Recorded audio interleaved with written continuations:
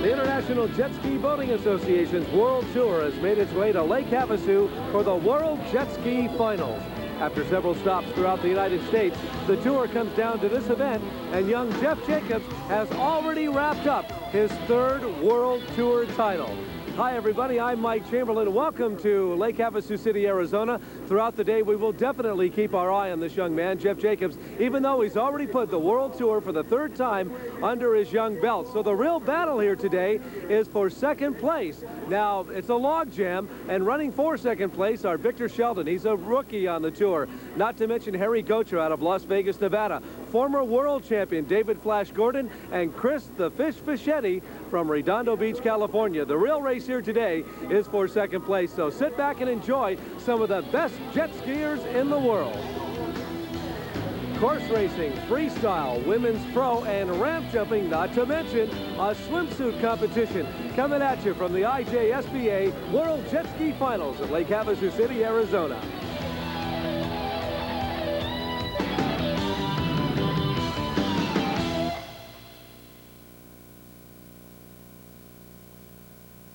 The World Jet Ski Finals are brought to you by Mariner Performance, the industry leader in jet ski products. By Kawasaki, let the good times roll. And sanctioned by the International Jet Ski Boating Association. Barbecue? Sure, but summer's over. Baggett? McDonald's? Hey, McRib, all right. You know, I sure could go for some, fries and a Coke with that. A McRib pack, I'll take it. Hey, let's eat. Oops, better do it now, huh? McRib. McDonald's! For food, folks, and fun. Chomp. No family of vehicles sold in America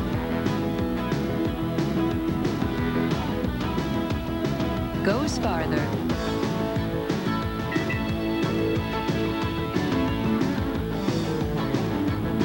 on a gallon of gas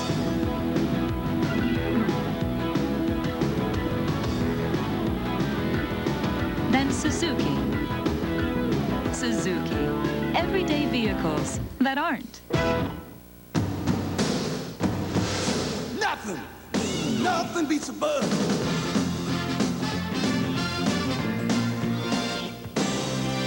Nothing beats #1. Nothing beats it loud and clear. Nothing beats reaching the top. It's the best, and we've got it right here.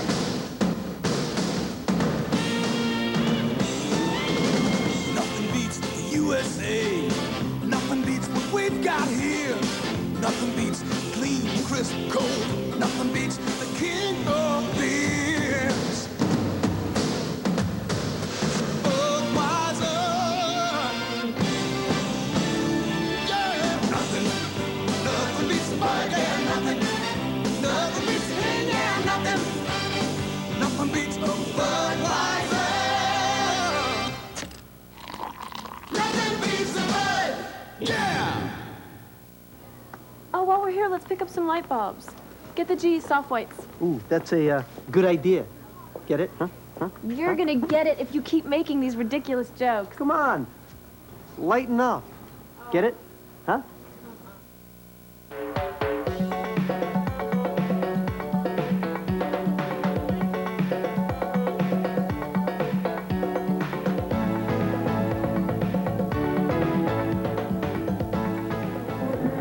Welcome back, everybody, to the World Jet Ski Finals at Lake Havasu City, Arizona. I'm Mike Chamberlain. The man to my right, now on your left, is Chuck Coons, who happens to be the race coordinator for the IJSBA. Chuck, we touched upon it at the top of the show, but Jeff Jacobs has already secured another world title. It is so hard to win a title to begin with. To defend it once is one thing, and now has defended the title successfully 2 straight years. 3 times a world champion in the pro class. A little challenge from Victor Sheldon at the beginning of the year, but right after the tour got started, it was all Jeff Jacobs. Well, let's talk about the race for second place. That's really the story here today, and names like Victor Sheldon and David Flash Gordon come into play. 2-time world champ Dave Gordon battling for that second spot. It's belonged to Victor almost the whole way Fischetti, Gocher, they're in there with them. It's going to be real interesting to see who can garner that second spot. One of the big stories on the tour this year has been Victor Sheldon, a rookie. His first time out in Long Beach, California, beat Jeff Jacobs in his first pro race. Let's talk about some of the other events here today. One of my personal favorites, and I think a chance to really strut your stuff if you're a jet skier, is in the freestyle competition. David Gordon and Larry Rippenkroger, two of the names most synonymous with freestyle, tied coming into the World Finals in points. We're going to settle who goes first or who goes last with a toss of the coin. They also have what's called the ramp jump here. These guys grab about 80 to 85 feet in the air, and to make you successful, you have to come out of the jump cleanly with your jet ski. David Gordon holds the record at distance at 91 feet. $3,000 of prize money in the ramp jump, $2,000 of it is prize money, $1,000 to anybody that can break Gordon's record of 91 feet. And that includes David Gordon if he can break his own record here today. The third member of our broadcast team is down in the pits right now. His name is Dave Stanfield. Let's go to David right now. Mike, anticipation very high down here. Standing room only, a record number in attendance, 8,000 people. Incredible crowd on hand, and they're very excited about today's race in a full venue going on here. In the pits, it's a little bit different. We've got competitors from 11 different countries, and they're going after the world's richest prize, close to $30,000 in prize money. And although they seem very relaxed, if you ask any of the competitors other than Jeff Jacobs, they are out to beat Jacobs. They're out to win. Expect an upset today. Well, the World Tour started in Long Beach, California. It's gone to New York and Chicago, down to Texas, and it wraps up here at Lake Havasu City, Arizona. We thought that we'd take a look back at each and every one of the stops that make up the World Jet Ski Tour.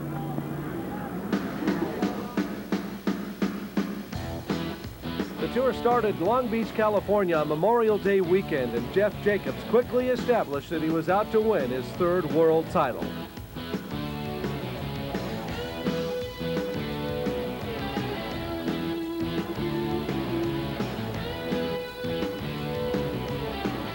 The next stop on the tour was right back here at Lake Havasu with Victor Sheldon showing that he was a contender and even taking a 4-point lead in the overall standings.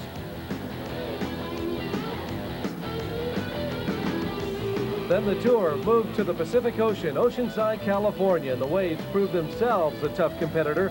Not only the waves were tough, but the swells made it hard to see the buoys. Victor Sheldon almost missing this buoy and making a futile attempt to correct his mistake. In the Pro Modified, it was Harry Gocher showing the mastery of the waves at Oceanside.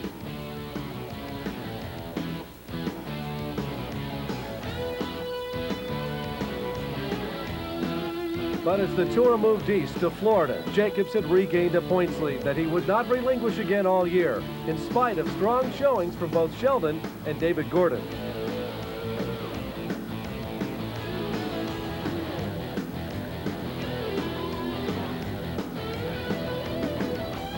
And then the tour moved north to New York, and the conditions were again the major opponent. Harry Gocher was again the winner in the waves.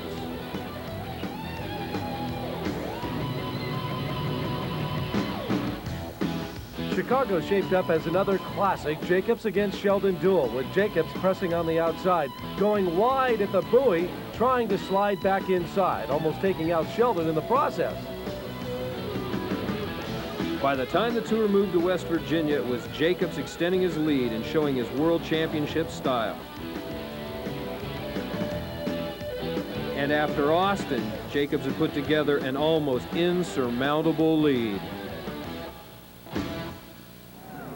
Time now, Chuck, for what a lot of people call motocross on water. It's the Pro Modified division. Modified to what degree? These skis are just built to the maximum, Mike. Reed motors, board, stroke, oversized pistons, big carburetors, pumps are all reworked. The only thing about these things is jet ski stills the hull. Well, I'll tell you, these are the big boys out there right now. This is the division that holds names like Jeff Jacobs, Victor Sheldon, Harry Gocher, David Gordon, Larry Rippenkroger. They're all online and ready to go in the Pro Modified. And Mike, even though Jacobs has sewn up the title, he's still a great competitor. Earlier, he talked to Dave Stanfield about winning the Pro Modified.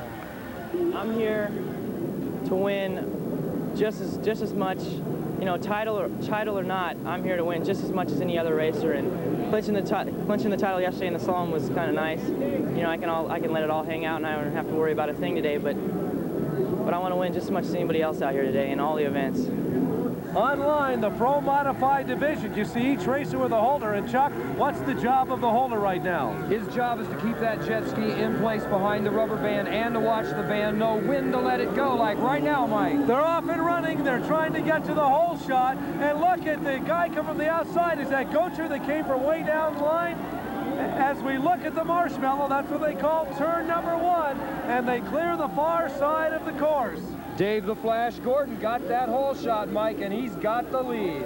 Let's take a look back to what they call the marshmallow, that first big left turn. And Chuck, what developed? You can see him coming off the line right here, Mike, heading out toward that big marshmallow buoy. Jacobs and Gocher have a real good move coming off, but suddenly out of the middle, Dave Gordon gets to that first turn buoy. And it is Dave Gordon. We're back to action now. That continues the lead. Victor Sheldon in second place, and that is Jammin' Jeff Jacobs running third right now. David Gordon, a two-time world champion, is the leader right now here at Lake Havasu City, Arizona. The Flying Fish running back in that fourth spot, and Gocher back in fifth.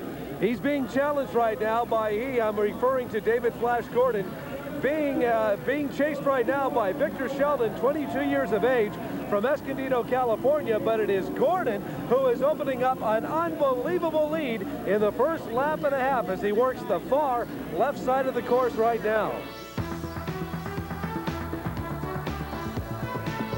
I just practice 2-3 times a week, and for 2 to 3 hours. And part of that 2 or 3 hours is fooling around, going out there and doing a little freestyle, just screwing around or over bushes, going through some toolies down the river, and that's what. And I think that kind of takes your mind off it. But as far as being successful at the sport, I think you got to go out there and have a serious attitude and know what it takes. Practice pays. Let me tell you, I'm proof that practice pays.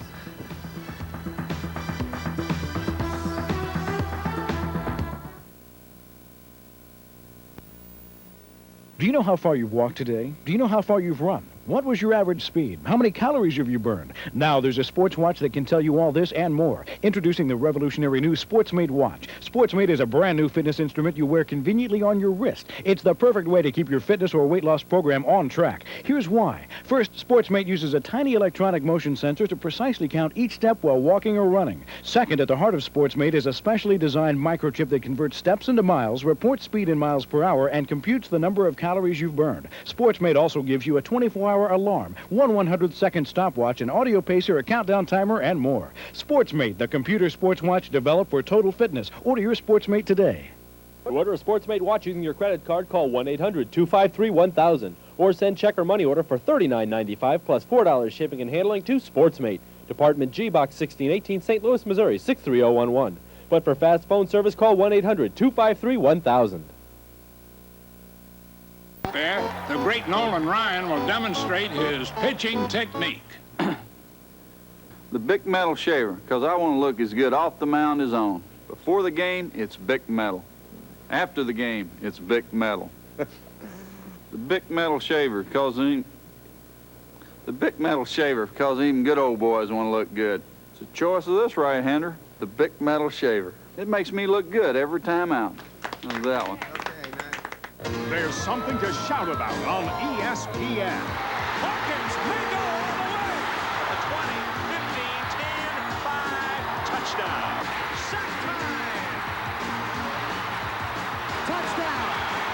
The lightning speed of Rajiv the Rocket Ismail leads the Fighting Irish against Swervin' Curvin' Richards and the Pitt Panthers right before Penn State battles Alabama. Saturday starting at 5 Eastern live on ESPN. Welcome back to the Pro Modified as David Gordon continues the lead with just a few laps to go. The Pro Modified is considered a big win, and Gordon would love to hold on to this one by beating both Sheldon and Jacobs. Chuck? It would be the most exciting finish probably David's ever experienced. It could even overshadow the thrill of the 2 world titles for him to be able to come back and upset these 2 fine riders that have been just battling at the top of the pack all year. $30,000 total prize money at stake here at Lake Havasu this weekend. $1,500 will go to the winner of the Pro Modified alone. Dave Gordon now moving up on the back of some more riders. and there's kind of a pack in front of him that could cause problems for him. Jeff Jacobs has overtaken Victor Sheldon and moved into second place. Victor Sheldon obviously ran into some problems on the left side of the course, which opened the door for Jeff Jacobs from El Cajon. So here it goes. Jeff Jacobs has been reeling them in all year long, and in his sights right now is the #2 boat belonging to David Gordon.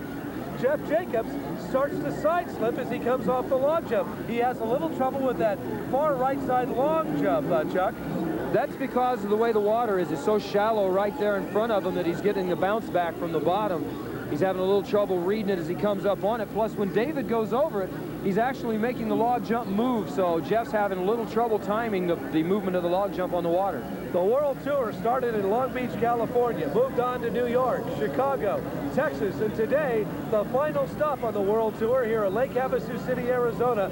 $30,000 in total prize money up for grabs here today. This battle out in front is just getting tremendous. Jeff right now is just biding his time. Mike, the white flag comes out. 1 lap to go. This is where it's all going to go. They're both going to let it all hang out. And here it goes. David Gordon, a 2-time world champion, and behind him, 3-time champion Jeff Jacobs. Let's watch him as they go around the final lap here at Lake Havasu City. David Gordon took the lead from the hole shot at the beginning. He has never once given it up. Victor Sheldon made a run at him. He made a mistake. Jeff Jacobs came in and took over second place. And now Jeff Jacobs starts to reel him in on the far side of the course. He eats the white water out of the back of David Gordon's jet ski. Here they go. They work the backside now, Chuck. Set it up for the straightaway. Down the backside of the race course, Dave Gordon on the throttle. All he can put into that West Coast boat. Jeff Jacobs grabbing a handful of throttle. Gordon makes a mistake. And here comes Jacobs on the outside. We talked about it. Jeff Jacobs sits back and looks for somebody to make a mistake. David Gordon was able to recuperate. Look at him power down. This is what jet skiing's all about. The best in the business. David Gordon with only the long jump remaining. Up and over takes the checkered flag. Jeff Jacobs will finish a remarkable second. And listen to the crowd here at Lake Havasu City, Arizona.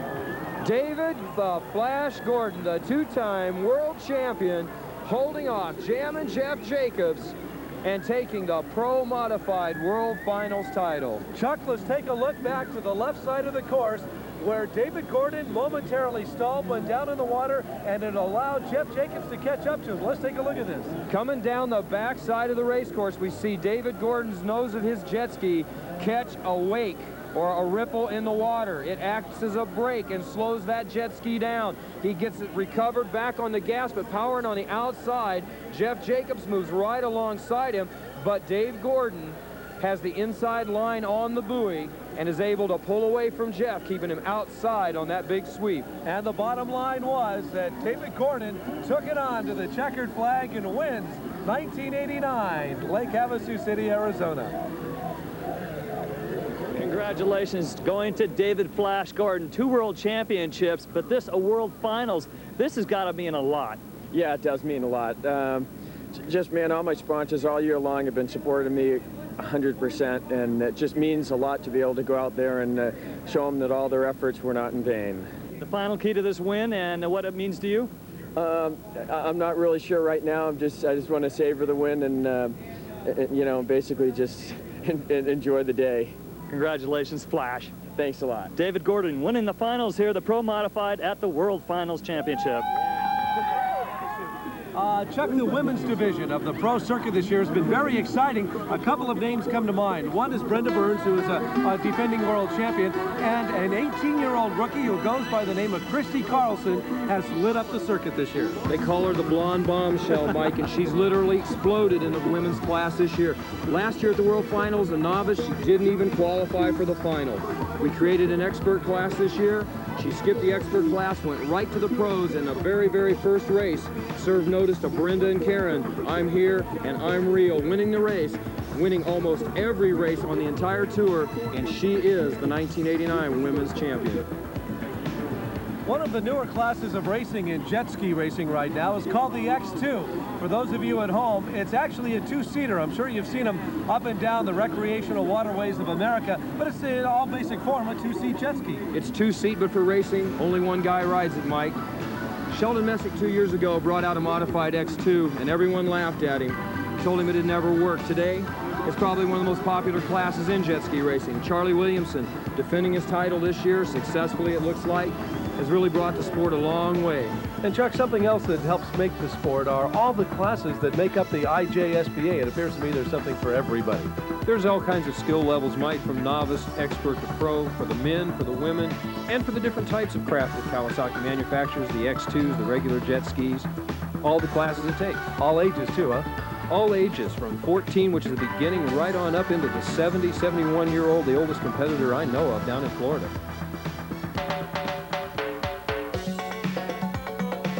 I don't have any bad things to say about any of the jet skiers, and that's one of the reasons why I love this sport.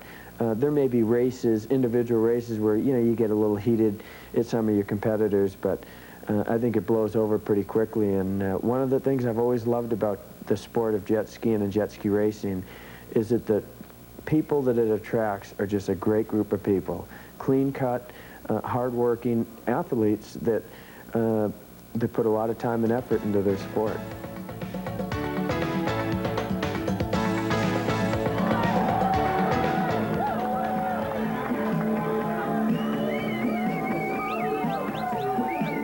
This ESPN program is brought to you by Budweiser, the king of beers. Remember, know when to say when.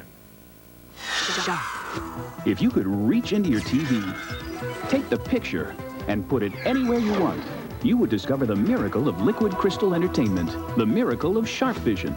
Sharp Vision's flat picture can be any size to fit any wall in any size room. Enjoy the crystal clear picture from any angle, and Sharp Vision disappears when not in use. Liquid Crystal Sharp Vision, big screen entertainment designed for your home. I like what shampoo and conditioner do for my hair, but I love what Pert Plus does for me. Pert Plus is a unique shampoo and conditioner in one, so my hair turns out just the way I like it. Clean, conditioned, looking great, but without the bother of 2 bottles. Imagine, hair I like without the fuss. That's what Pert Plus does for me. If only everything in my life was so simple. Shampoo and conditioner in one. Wash and go with Pert Plus. The 3 fundamentals of golf and life. Tyson should have such a hook. No problem. My ball is right over there. Things don't always work as planned. You're avoiding me. Things aren't always what they seem. And when things get especially rough, remember, there is a power you can lean on. Transamerica, Insurance and Financial Services. Put the power of the pyramid to work for you. Bang, zoom. A Yamaha water vehicle is the most exciting ride on water for A, solo riders, B, pairs, C, trios, or D, all of the above. The answer, of course, is all of the above. So call today for a Yamaha water vehicle dealer near you and get multiple choices.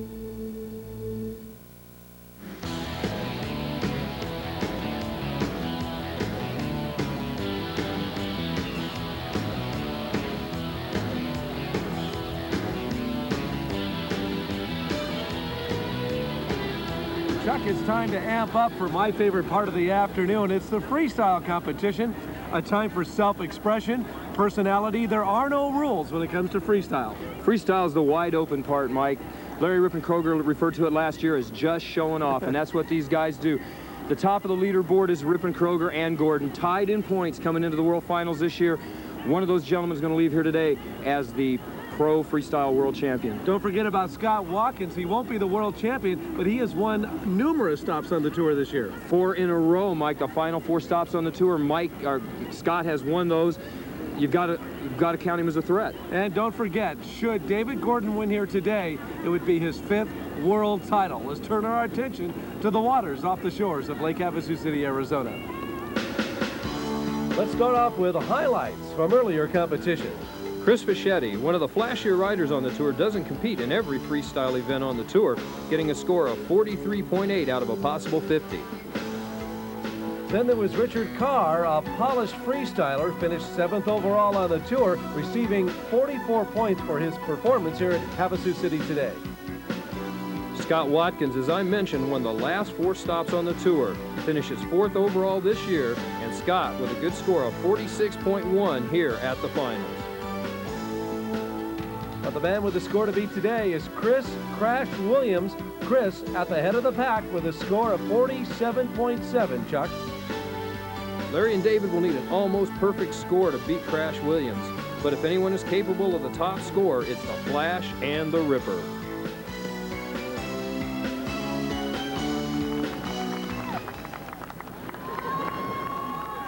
Chris Williams is our new leader, but look out, here comes David Gordon and Larry Rippenkroger tied for the lead on the circuit this year in freestyle.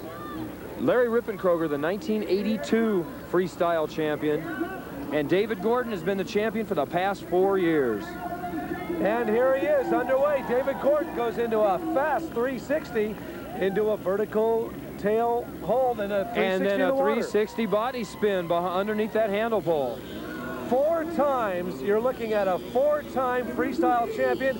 If he can win it here today, as he goes around and around and around, he's going to be dizzy. Could win his 5th freestyle championship here at Lake Havasu. Up on the engine cover and whips it around 180 degrees and drives around 360. You know who's watching this one closer than anybody is Larry Rippenkroger, who with a coin toss chose to go last here today.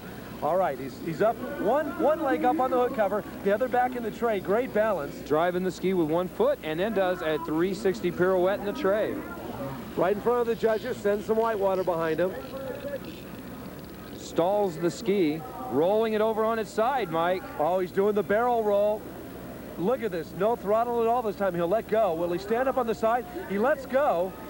And then walks it right back to the normal riding position. That was a beautiful maneuver. You'd have no idea how difficult it is until you simply try and ride a jet ski. David Flash Gordon. Nice spin around into the vertical stall, into the vertical 360, or at least the 180. Winding out that jet ski right now. Porpoise maneuvers. Way up and way down. His feet actually leave the tray. And he does a 360 spin in the middle of a porpoise. That was all timing while the jet ski was at the high end of a porpoise. His body in the water. He spun around and grabbed the handlebars. Came out of it flawlessly. Now here's David. Looks like he is setting up for the log jump, the far right-hand side. And I think he misses the tires, and he's hung up in the ropes that secure that log jump. And he's kind of trying to unwind from that right now. He's all hung up in the ropes. And as he tries to right the wrong, it appears to me that David Gordon simply mistimed the jump. He sure did, Mike. That time he tried to jump it sideways, submarine the ski, come back under the log jump, but he got hung up in the ropes. Well, the buzzer sounds ending David Gordon's routine, but not before he pulled off some spectacular maneuvers. My favorite, the porpoise and the 360 combo. That was a hot maneuver, Mike. But I think maybe that little bobble right at the end where he tried to jump the log jump and then submarine back onto the other side or underneath it and failed might have opened the door for Larry Rippenkroger to walk away. We'll take a look at the judges. They're calculating right now. They do it on an Olympic scoring system, judging from 1 to 10.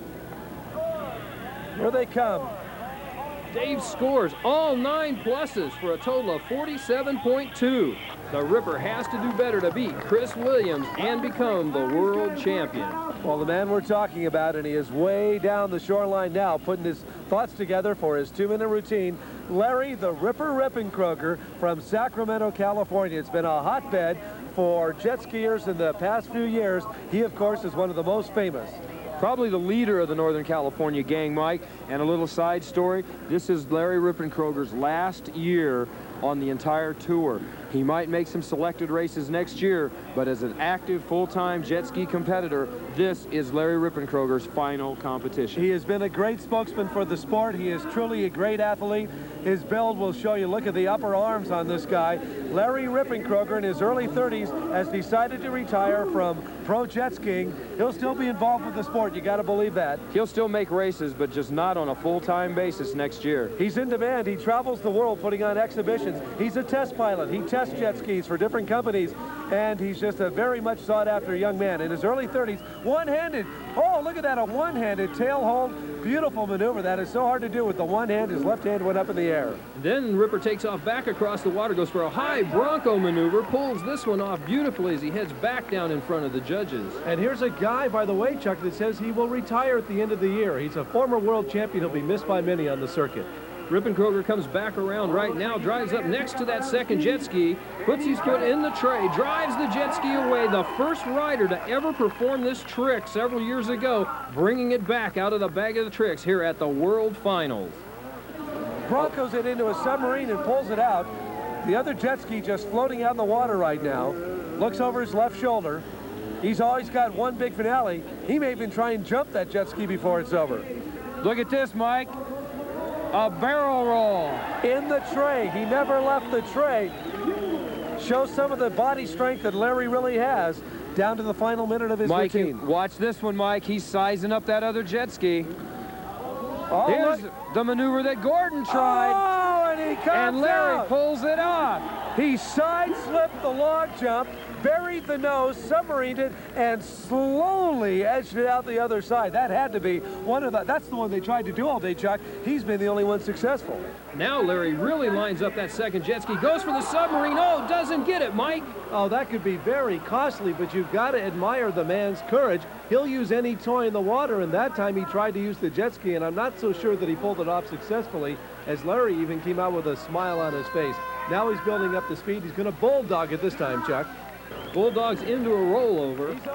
And that just concludes Larry's routine. Coming back around right now, we see him in slow motion. He sets up for a big Bronco maneuver as he goes under the log jump. That's kind of a reverse angle of the one we saw earlier, but look how he just kind of muscles his way under those tires. That was nothing more than sheer determination from the former world champion Larry Rippenkroger. Look at the scores from our judges, Mike. A 9.8, a 9.6, a 9.5, a 9.6.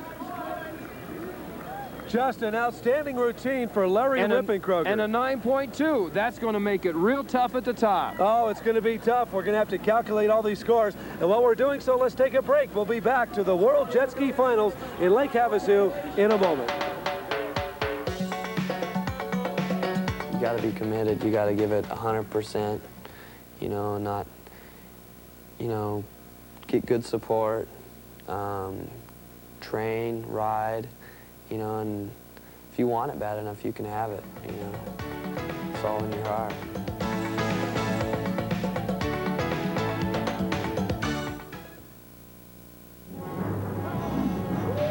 At long last, almond lovers have something big to celebrate. Hershey's Kisses with almonds. The big ideal. Which way's the hardware department? Oh, over here, man. Want to get some Prestone antifreeze? It's on sale. I don't want to get stuck again like we did last winter, remember? Gee, honey, I thought that was kind of romantic. You want me to put it back? Ah, the perils of cold medicines. Take the wrong one, and you could be sneezing at 1 a.m., or feverish at 3, or coughing at 5. And woe be unto you at 7. But with NyQuil, you get all the relief you need, so you can get all the rest you need. Why wake up like this with ordinary medicine, when you can wake up like this with NyQuil? Once you know what NyQuil can do, nothing else will do. Hi, I'm Mike Schmidt, and if you collect baseball cards, here's important news. A special edition Topps All-Star Team set is now available, only through this TV offer.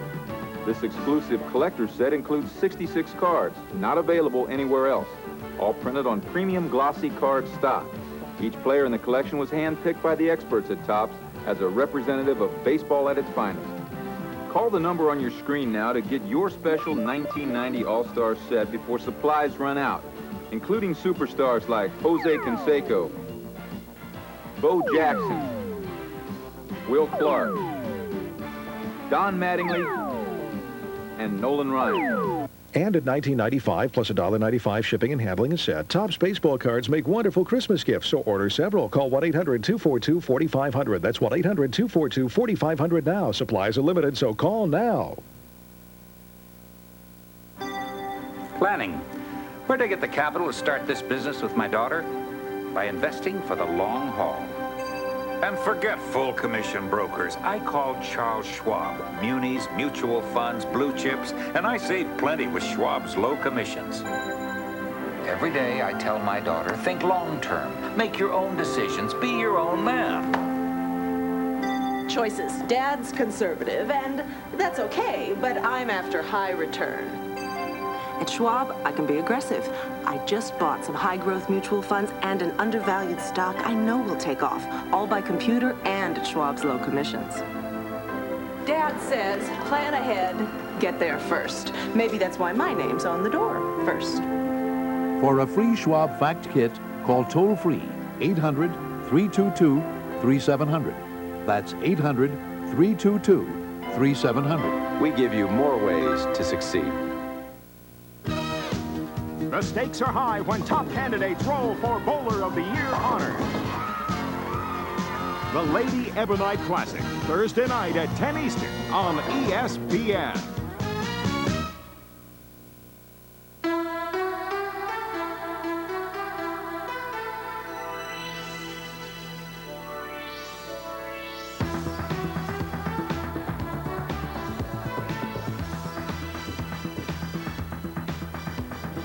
Welcome back, everybody, to the freestyle portion of the program today. And oh my goodness, Chuck, we've got a scenario that you wouldn't believe. Explain this thing. Well, Mike, seems that we have a tie for the overall win here at the World Finals. Larry Rippenkroger, the Ripper, and Chris Williams, known as Crash, are tied for the points.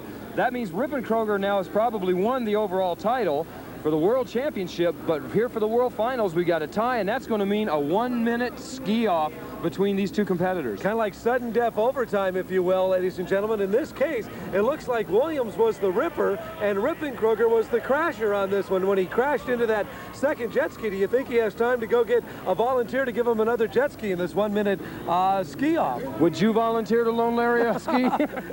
With all due respect, he's a good friend, but I'm sorry, I couldn't do it. So this is Williams out in the water right now. He has 1 minute to strut his stuff. They're checking the nose of Larry's ski to see if he busted the nose of it when he poked a hole in the other one. It looks like the ski may be all right. They've checked it over down on the beach. But Chris Crash Williams from Millbrae, California, out on the water, a 1-minute ski-off. Talk about action-packed. Now you've got to do everything in 1 minute. And here he comes, and he goes right into the Bulldog. Look at the whitewater flies. He heads for the shoreline and bulldogs it to the left. Big spray of whitewater. Boy, this guy's he's pulling out all the punches, Chuck. In 1 minute, he's got to let it all go. There's no tomorrow. He's got to do it now.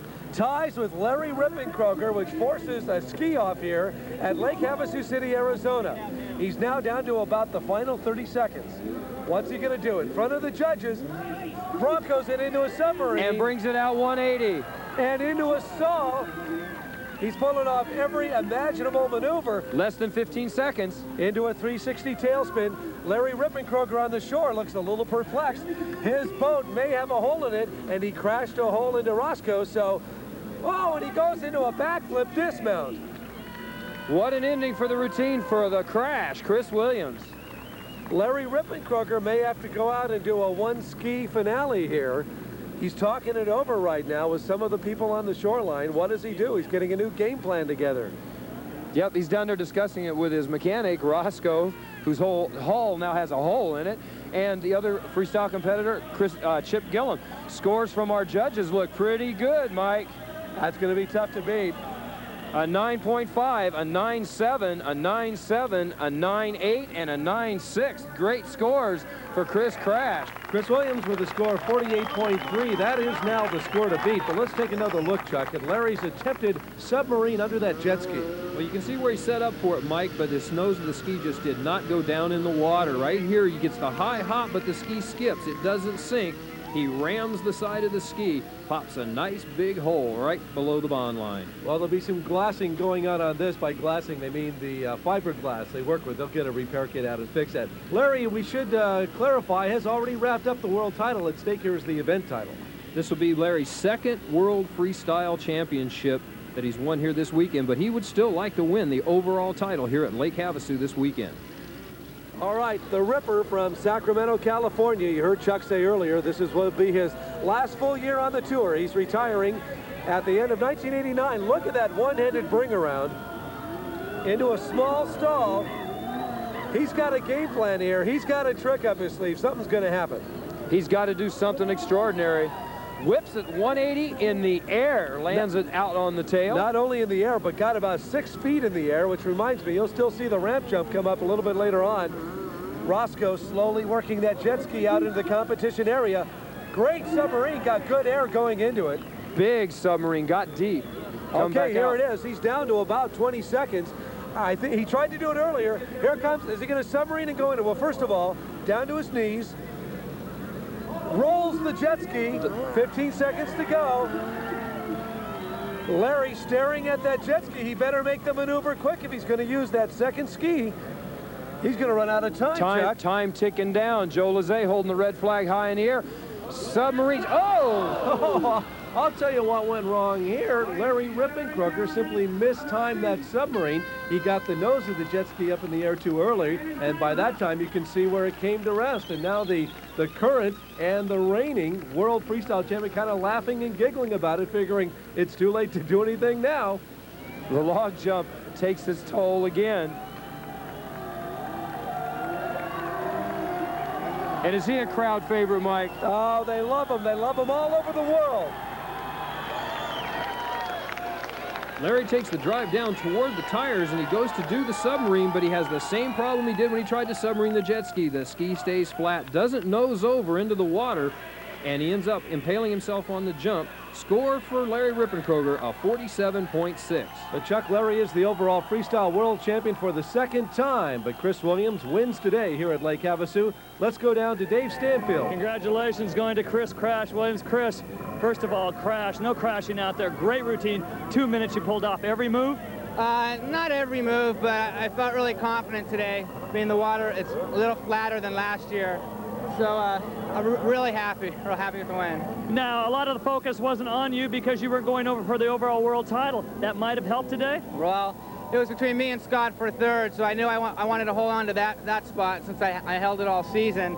And I really didn't have a shot for the title because of the points. So really happy with the win today and holding on to my third place as well. The toughest move you did out there, looking at it one more time, what was it? What do you call it?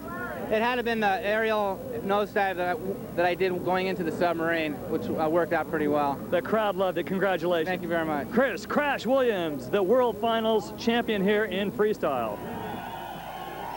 And if you sense a little bit of crowd excitement, here's the reason why.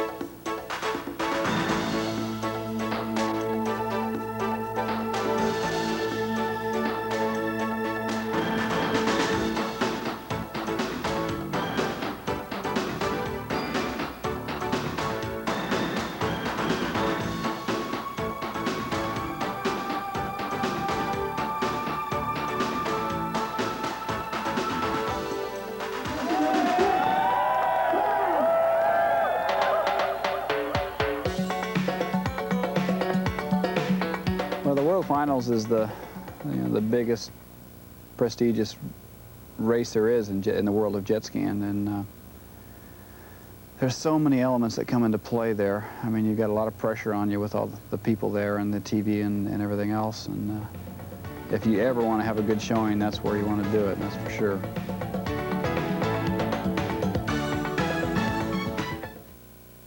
The 300-year-old leaf spring suspension may be good enough for the Jeep Wrangler, but Suzuki has designed a modern, rugged suspension for the Sidekick with coil springs and hydraulic shocks. And that's just one reason Sidekicks are everyday vehicles that aren't. Move to the back of the bus, please. Come on. No, back here. Excuse me. Excuse me, that's my stop. Aren't you glad you used dial? Hi. Don't you wish everybody did? I've got to get a car. We're here at an athletic shoe store to see people's reactions to this sneaker phone from Sports Illustrated. Now, the only thing is, we're not going to show it to them. We're going to let them discover it for themselves. Come on. Go ahead, you pick it up. Is anybody there? Hello? sneakers ringing. I've never saw anything like that. Did they all ring? This is a phone. Tony, get a load of this. Come here, look at this. I can't believe it. You like that? Yeah. A sneaker phone, that's great.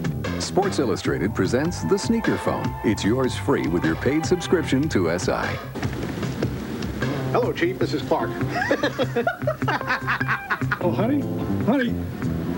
You won't believe where I'm calling from. The Sports Illustrated Sneaker Phone works just like a regular phone. It has push-button dialing, mute button, automatic redial, an on-off switch, and of course it plugs into a standard jack. This is a sneaker phone? It's great. You like that? Yeah, how much? It's free. Free? No! The Sports Illustrated Sneaker Phone is yours free. Just subscribe to 30 issues of SI for 3 low monthly installments of only $14.97. That's over 45% off the cover price. So call the toll-free number on the screen now. Of course, the subscription includes the NFL and NBA previews, the year-end double issue, the revealing 1991 swimsuit issue, and the free sneaker phone. It's free? Free. They're free. They're free. Fantastic. What do you mean it's free? It's free. Free? Free. You're pulling my leg. I wouldn't pull your leg. Great. You heard it here first. Everybody loves the sneaker phone from Sports Illustrated. And so will you. Call now to subscribe to Sports Illustrated at over 45% off the cover price and get the sneaker phone free. Hello? That's great.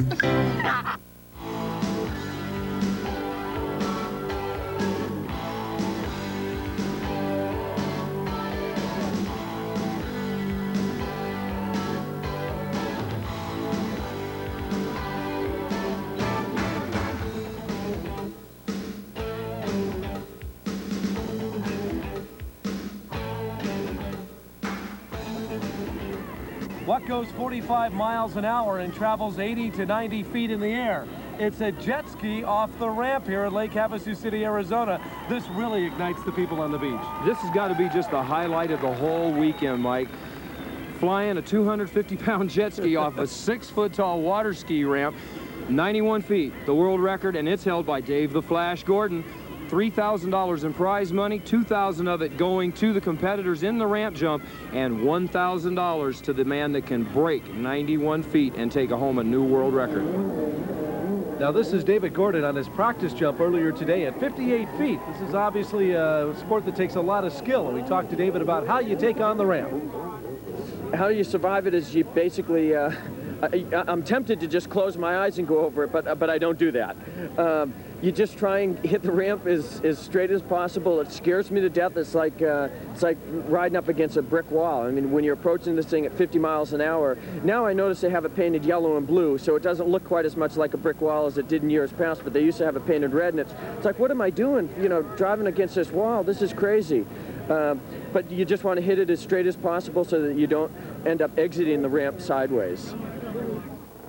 The ramp jump, by the way, is by invitation only, folks. The top pros compete in this event, including the international competitors. And if they look a little bit nervous, some of these guys are making the ramp jump for the very first time here today.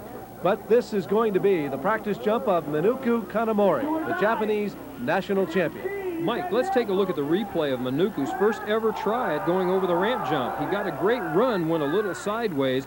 57 feet was his jump, but he didn't stay in the tray, and this was only practice. Okay, here we go. Minuku Kanamori, the Japanese national champion. This guy's pumped. Look at the speed. Can he land it? Oh, he pulls it out. And he rides it out, Mike, and that was a long jump.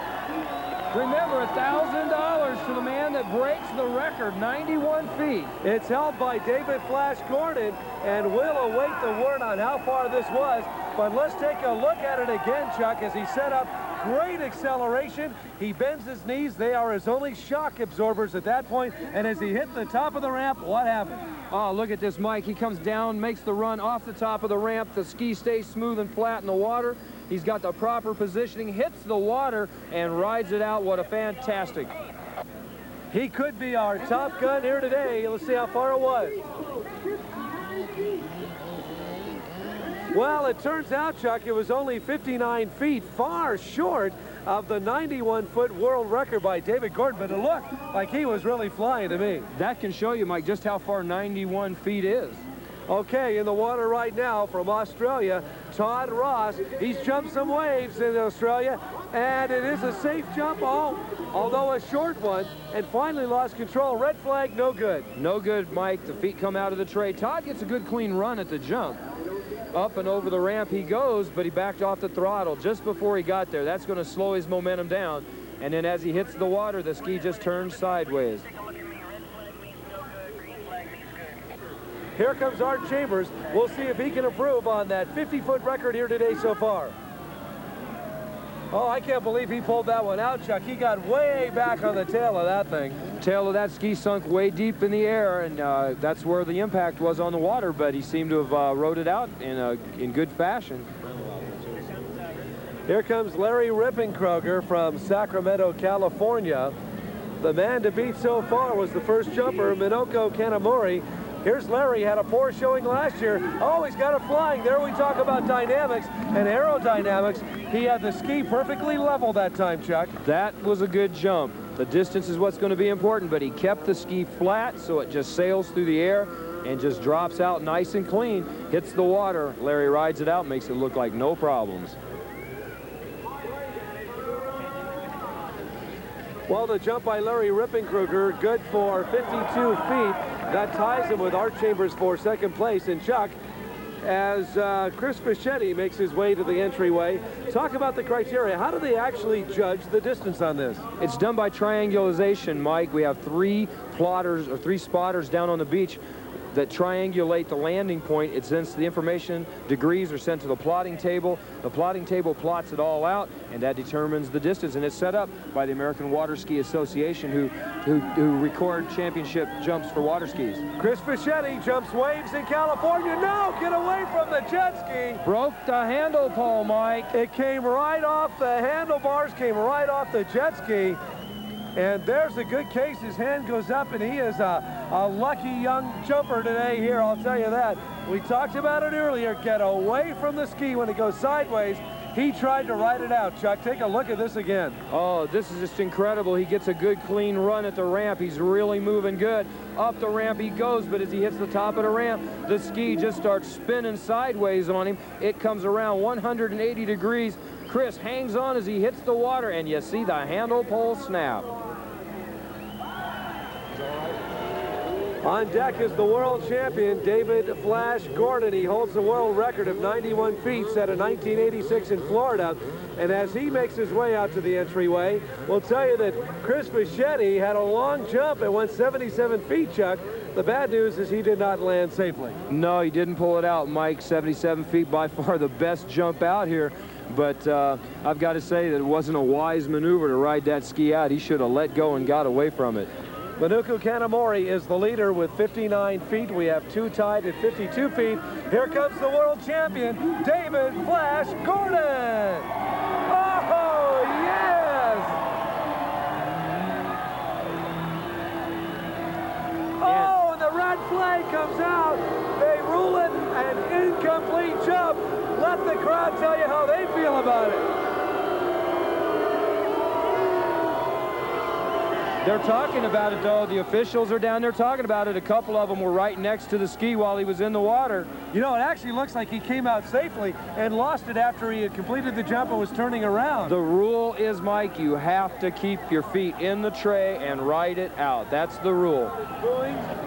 And the final word on the jump, it was 75 feet, far short, 16 feet of his world record of 91. But nonetheless, it will not count for David Gordon. Here's one more look. You at home are going to have to call for yourselves. Jeff Jacobs, the only jumper left, and he'd like to win the ramp jump. He doesn't know what losing is about. There's no question about it. And he would now like to jump a little bit further than 59 feet to take the lead away from Minoko Kanamori. Here he goes. Can he do it? Oh, no way! He goes completely sideways and just became a cork in the water. At one point, he is floating in the water. He's hurting, Chuck. Jacobs makes the run at the ramp, gets a real clean run. Up the ramp he goes, but then the ski just completely turns over on its side. Jacobs has to hit the water real hard. Minoku Kanamori of 59 feet, the national Japanese champion. Isn't this incredible, Mike? The Japanese national champion comes to Lake Havasu the first time he's encountered ramp jumping, and he goes home with the 1989 ramp jump championship.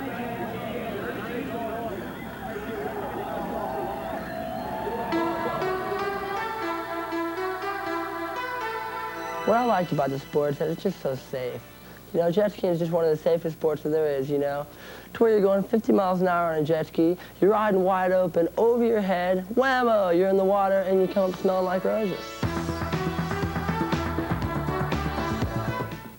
The World Jet Ski Finals are brought to you by Mariner Performance, the industry leader in jet ski products. By Kawasaki, let the good times roll. And sanctioned by the International Jet Ski Boating Association.